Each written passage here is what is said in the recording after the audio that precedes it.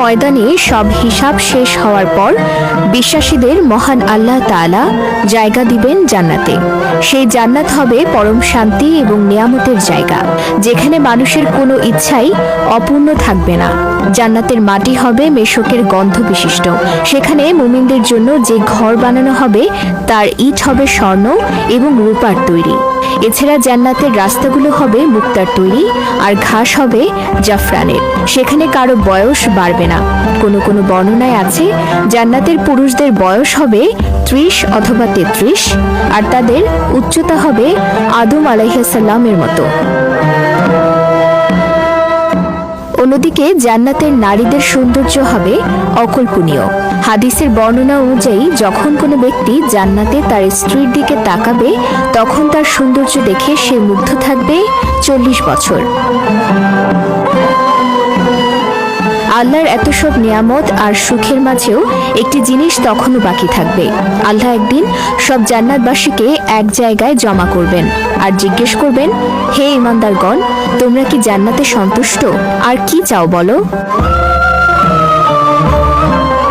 জান্নাতবাসী তখন বলবে, আল্লাহ, আমরা চাই যে আপনি আমাদের উপর সন্তুষ্ট হন। আল্লাহ বলবেন, আমি তোমাদের উপর সন্তুষ্ট, আর তাই তোমাদের আমি জান্নাত দান করেছি। এরপর আল্লাহ বলবেন, আমি তোমাদের একটা ওয়াদা করেছিলাম, সেই ওয়াদাটা পালন করা এখনো বাকি রয়েছে।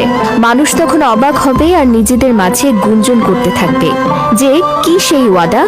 আল্লাহ তো আমাদের সৎ কাজের প্রতিদান দিয়েছেন, আমাদের মন্দ কাজগুলো ক্ষমা করেছেন, তার রহমত গুণে আমাদের জান্নাতে প্রবেশ করিয়েছেন।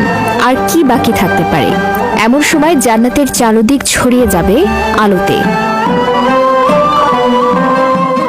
স্বয়ং আল্লাহ সেই জমায়েতে উপস্থিত হবেন আর বলবেন, কারা সেই ব্যক্তি যারা আমাকে কখনো দেখেনি কিন্তু তবুও বিশ্বাস করেছে?